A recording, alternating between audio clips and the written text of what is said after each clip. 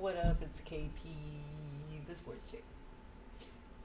Kevin Durant and Russell Westbrook will be meeting in game one of the probably 4-game annual series versus Golden State and OKC have each year.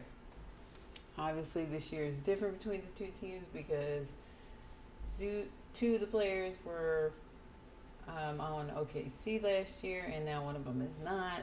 And one of them keeps talking about that, and the other one is not. And so one of them will say he's done talking about it, and the other one is not.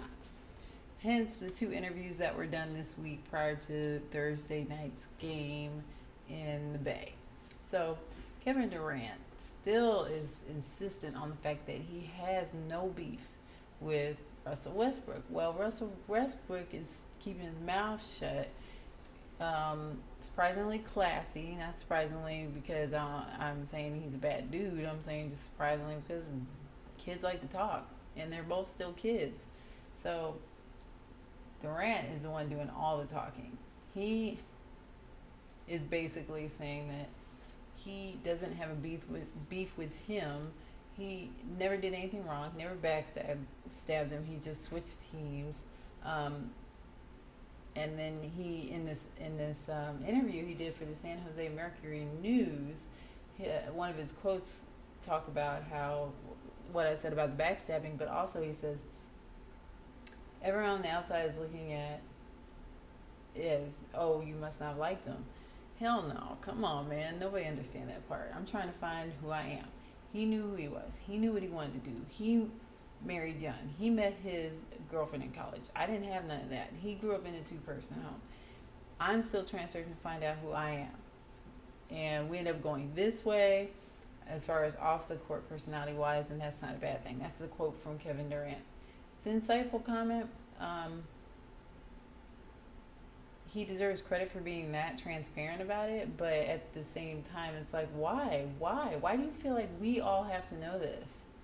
Why do you feel like you have to have this type of transparency to complete strangers?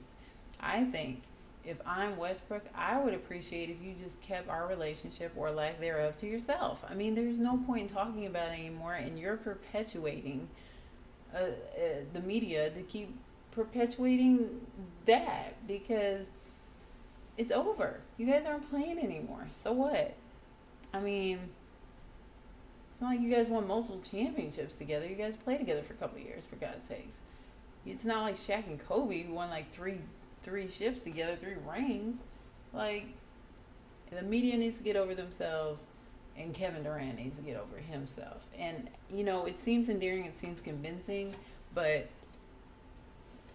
all that gets negated by the fact that you're even talking about it in the first place. Stop talking about it. But maybe you are wanting to talk about it so you can hype up these matchups that you have.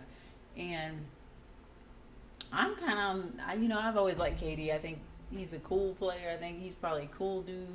But just based off of how Westbrook is handling the situation, I'm kind of team Westbrook right now. So when Thursday night comes, that first matchup, I would really love to see OKC, which is probably going to be the underdog for this game, just totally, like, own this matchup, especially with Russell Westbrook and the way he's playing right now. He is playing lights out, savage, unconscious basketball right now, like James Harden. And I would love to see that follow through, you know, to this game. So it's going to be fun to watch.